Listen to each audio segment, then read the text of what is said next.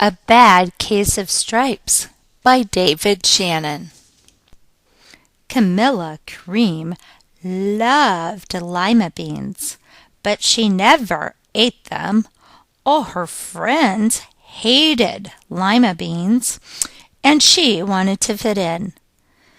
Camilla had always worried about what other people thought of her. Today she was fretting even more than usual. It was the first day of school, and she couldn't decide what to wear. There were so many people to impress. She tried on 42 outfits, but none seemed to be quite right. She put on a pretty red dress and looked in the mirror. Then she screamed. Her mother ran into the room, and she screamed too. "Oh, my heavens!" she cried. "You're completely covered with stripes." This was certainly true. Camilla was striped from head to toe. She looked like a rainbow. Mrs. Cream felt Camilla's forehead. "Do you feel all right?" she asked. "I feel fine," Camilla answered, "but just look at me." "You get back in bed this instant," her mother ordered. "You're not going to school today." Well, Camilla was relieved. She didn't want to miss the first day of school, but she was afraid of what the other kids would say, and she had no idea what to wear with those crazy stripes. That afternoon, Dr. Bumble came to examine Camilla. "Most extraordinary!" he exclaimed. "I've never seen anything like it.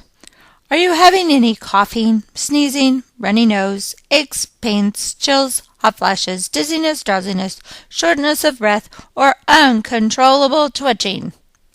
"No," Camilla told him. "I feel fine." "Well, then," Dr. Bumble said, turning to Mrs. Cream, "I don't see any reason why she shouldn't go to school tomorrow. Here's some ointment that should help clear up those stripes in a few days. If it doesn't, you know where to reach me." And off he went. The next day was a disaster. Everyone at school laughed at Camilla. They called her Camilla Crayon and Night of the Living Lollipop. She tried her best to act as if everything were normal, but when the class said the Pledge of Allegiance, her stripes turned to red, white, and blue, and she broke out into stars. The other kids thought it was great. One yelled out, "Let's see some purple polka dots." Sure enough, Camilla turned all purple polka dotty.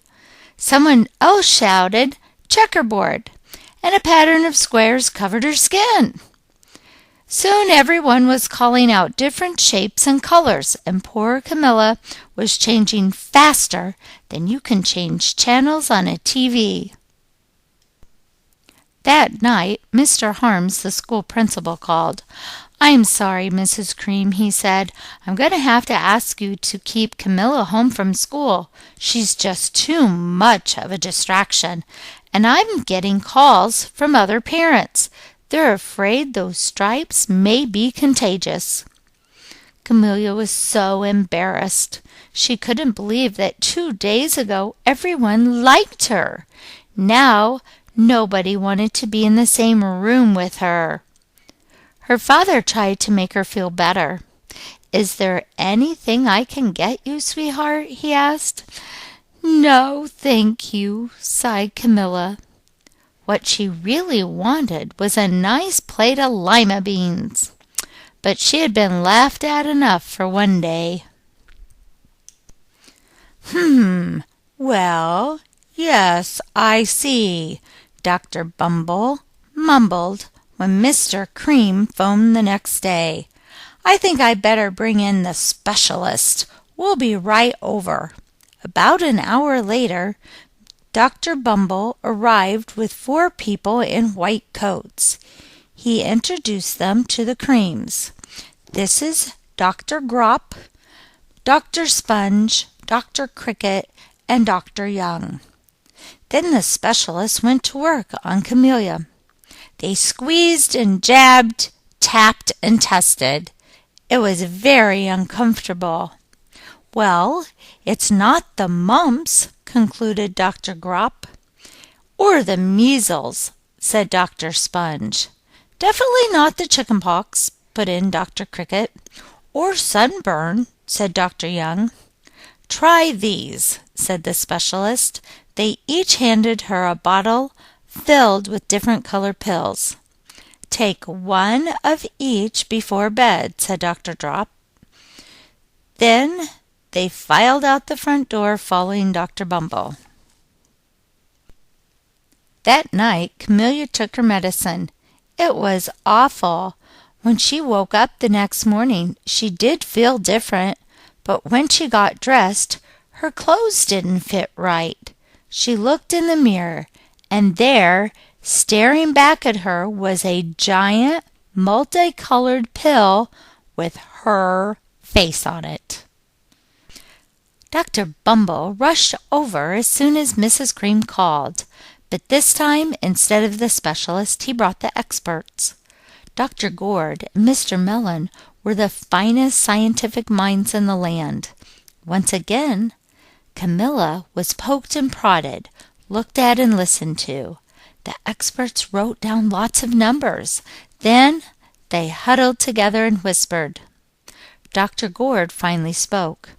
"It might be a virus," he announced with authority. Suddenly, fuzzy little virus balls appeared all over Camilla. "Or possibly some form of bacteria," said Mr. Mellon. Out popped squiggly little bacteria tails. "Or it could be a fungus," added Dr. Gourd. Instantly, Camilla was covered with little colored fungus blotches. The experts looked at Camilla, then they looked at each other.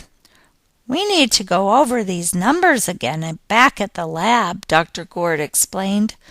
"We'll call you if we have something."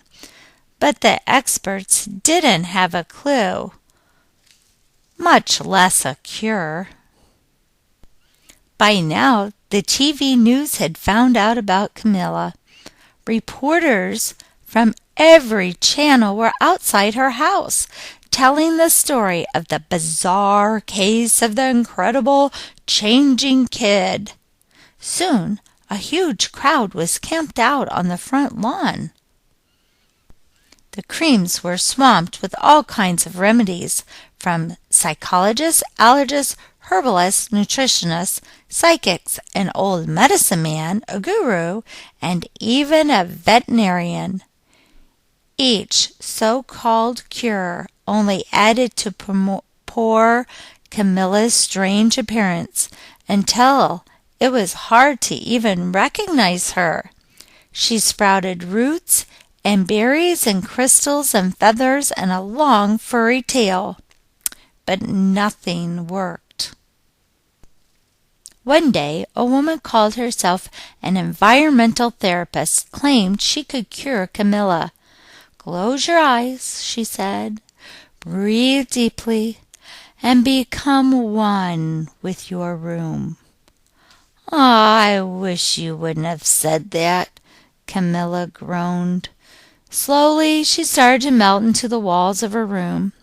Her bed became her mouth, her nose was the dresser, and the two paintings were her eyes. The therapist screamed and ran from the room. "What are we going to do?" cried Mrs. Cream. "It just keeps getting worse and worse."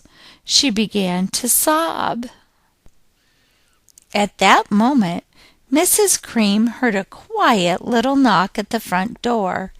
It opened, and there stood an old woman who was just as plump and sweet as a strawberry. "Excuse me," she said brightly, "but I think I can help." She went to Camilla's room and looked around. "My goodness," she said with a shake of her head. "What we have here is a bad case of stripes. one of the worst I've ever seen." She pulled a container of small green beans from her bag. "Here," she said, "this might do the trick." "Are those magic beans?" asked Mrs. Cream. "Oh my, no," replied the kind old woman. "There's no such thing. These are just plain old lima beans. I'll bet you'd like some, wouldn't you?" she asked Camilla. Camilla wanted a big, heaping plateful of lima beans more than anything, but she was still afraid to admit it. "Yuck," she said. "No one likes lima beans, especially me." "Oh dear," the old woman said sadly. "I guess I was wrong about you." She put the beans back in her bag and started toward the door.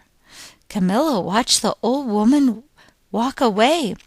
Those beans would taste so good, and being laughed at for eating them was nothing compared to what she was going through.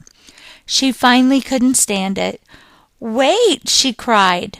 "The truth is, I really love lima beans." "I thought so," the old woman said with a smile. She took a handful of beans and popped them into Camilla's mouth. "Mmm," said Camilla.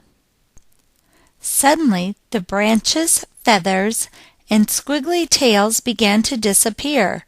Then the whole room swirled around. When it stopped, there stood Camilla, and everything was back to normal. "I'm cured!" she shouted. "Yes," said the old woman. "I knew the real you was in there somewhere." She patted Camilla on the head. Then she went outside and vanished into the crowd. Afterwards, Camilla wasn't quite the same. Some of the kids at school said she was weird, but she didn't care a bit. She had all the lima beans she wanted, and she never had even a touch of stripes again. The end.